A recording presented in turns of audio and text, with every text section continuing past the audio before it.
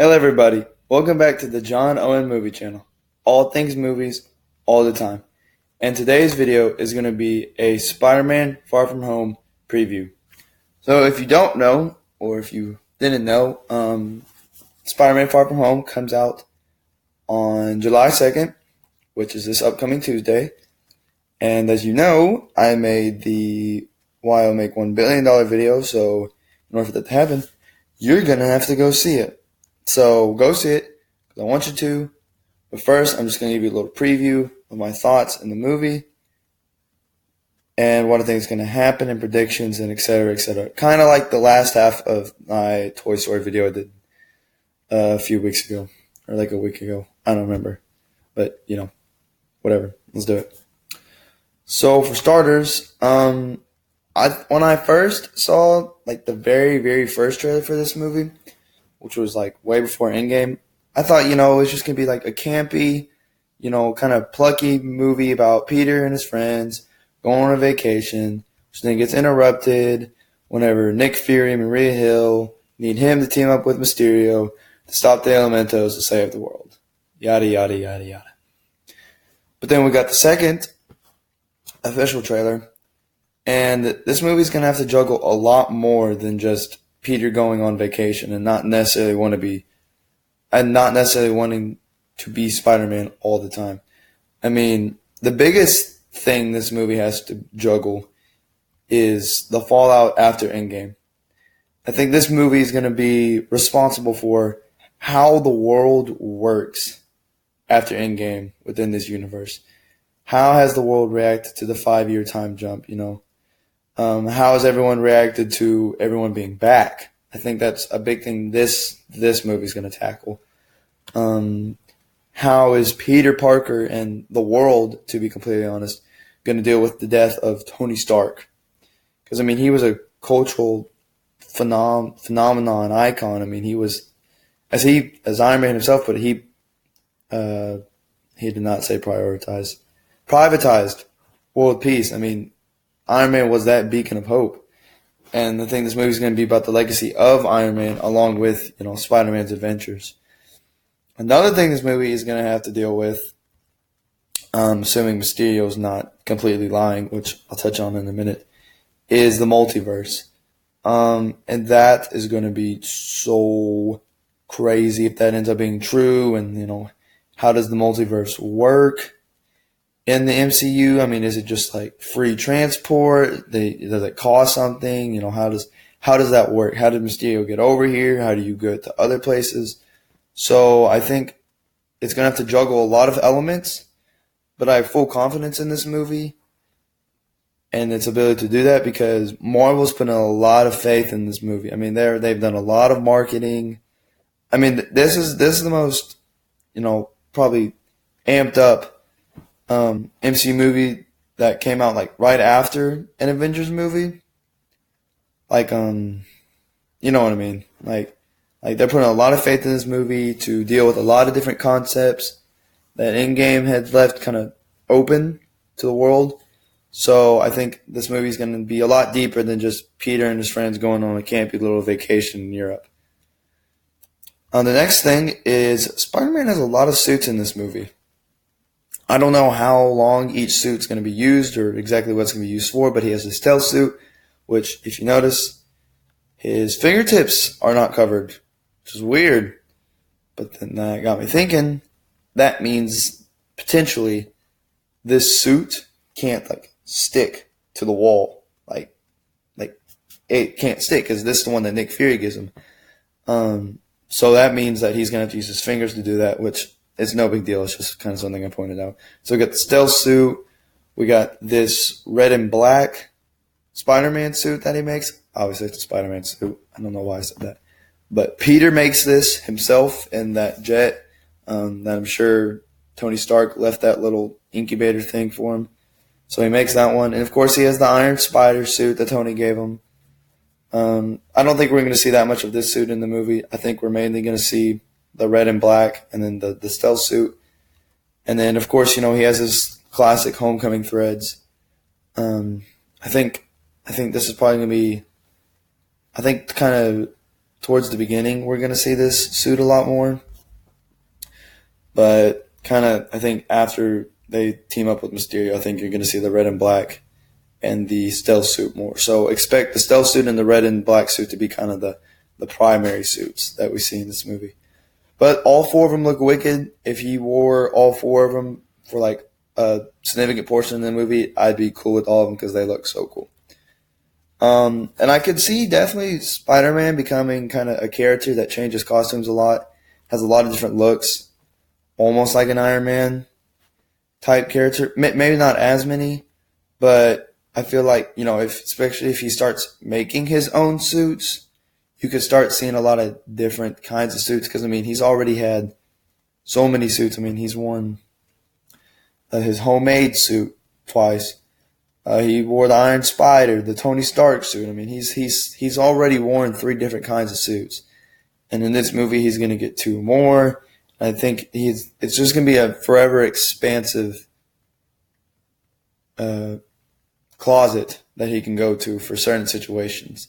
Now, I don't think he'll have like 50 suits like Iron Man did, but I think by the time, we see Spider-Man get well developed, I could see him having 10 to 15 different suits that he's worn throughout his reign in the MCU. So, I think that's going to be cool because Spider-Man has a lot of different suits they can pull from the comics. Never read a comic, but watch YouTube videos. So I just know about him and stuff. So I think that'd be cool. Nick Fury, I think, is going to be a big role in this movie. I think he's going to be kind of the yang to Tony Stark's yin.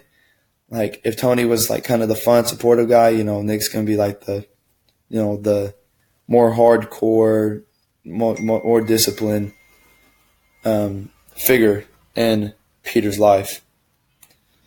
Because I think now Peter's going to need that. Maybe it's just a different perspective, just because Peter now has to grow up. So he can't be treated like a kid anymore. He's got to be treated like an adult. But I think the biggest thing that is either going to make or break this movie, not as far as it being like bad or good, but as far as it being from, good to great, is Mysterio. I think he's the most important facet of this movie to me personally. I think at the beginning, he's definitely going to be like team up with Peter, and he's going to be all for Peter, and stuff like that. And it's going to be about let's just stop the elementals, and he's trying to save his world from destruction or whatever. And I feel like him and Peter's relationship is going to be really intimate and personal and close. I think it's going to be genuine. And I really do think that Mysterio is going to give Peter some really good advice and some good tips on being a hero because Mysterio's kind of more of a seasoned vet, and I think Peter's always going to appreciate advice regardless of who it comes from. But something is going to happen in this movie at some point in the movie. I don't know what it's going to be or when it's going to be, where Mysterio is going to turn on Peter Parker. And I don't know if it's going to be where, he was going to do it all the time, all along, which wouldn't surprise me. Or if something happens and the Mysterio's like, oh, snap, like I got to go. And something's going to happen in this movie at some point in the movie.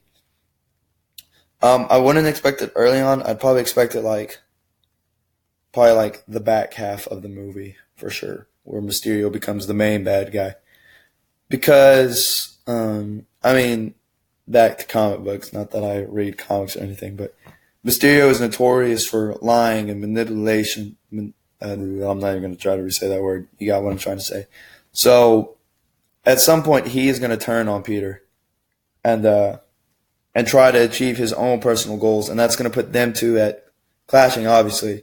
Because I feel like whenever he turns on Peter, he's going to try to do something that Peter's not going to be okay with. And then Peter's going to have to stop Mysterio, but he's going to be conflicted because he's like, I like Mysterio. I like Quentin Beck. That's his name, just in case you didn't pick it up from the trailers. He's going to be really conflicted because, in Homecoming, the Vulture was bad. It was black and white. think in this movie it's going to be more gray. Almost like how Captain America had to deal with in the Winter Soldier, where from the first Avenger to the Winter Soldier, I mean, like in the first Avenger, it was black and white. America good, Hydra bad. Like there was no. I mean, there was a clear divide, and then in the Winter Soldier, it became more gray. To where the people you're supposed to be good are actually bad, and you don't really know what to think about it all. And I think you're going to see that kind of relationship with Spider-Man and Mysterio. It's going to be clear, like they're both going to be good, and then Mysterio's going to flip on them, and then it's going to be more gray. I've just from early reviews I've heard Mysterio is absolutely awesome in this movie. Jake Gyllenhaal kills it, which doesn't surprise me. I mean, he's a talented actor. And but I don't want to say I'm going to be disappointed if Mysterio doesn't end up being the bad guy, but it's definitely going to feel weird. Something like I don't feel like that the whole movie can be about them fighting the elementals, the big water, rock, fire creature. I don't think that can be the whole movie. And I don't think they're going to have a big, another big bad that they have shown no footage of. There's no set photos. There's no nothing, It almost feels like Mysterio has to be the other big bad guy that has to carry almost the back half of the movie. So basically, my prediction on Mysterio is towards the back half of the movie, he's going to turn on Spider-Man and Nick Fury and Maria Hill, and he's going to be the bad guy. Maybe not necessarily like bad intentions, I'm just going to throw a shot out in the dark. I'm not going to say this is going to happen, but let's say he's trying to get home back to his world, but whatever that is going to hurt a lot of people in Spider-Man's world. So Spider-Man wants to seriously get home, but he's not going to jeopardize the people of his world, so they stop Mysterio. So I feel like that's my prediction for Mysterio. He's going to turn on Spider-Man, and Spider-Man is going to have to stop him the last half of the movie. And I'm super excited to see Mysterio. I mean, like they made his fishbowl helmet look cool. So I have zero doubts that they didn't put in their absolute best time and effort to make Mysterio a well fleshed out, good character. So I'm excited about that. And I'm just really excited to watch more MCU Peter Parker because, I love Spider-Man. So I'm just really excited to see this movie. Excited to see how the world is after Endgame and see how Spider-Man reacts and, how he's going to mature over this movie and how he deals with Mysterio potentially turning on him and maybe not always wanting to be Spider-Man, but having to come to the realization that he's always going to be Spider-Man, regardless if he likes him or not.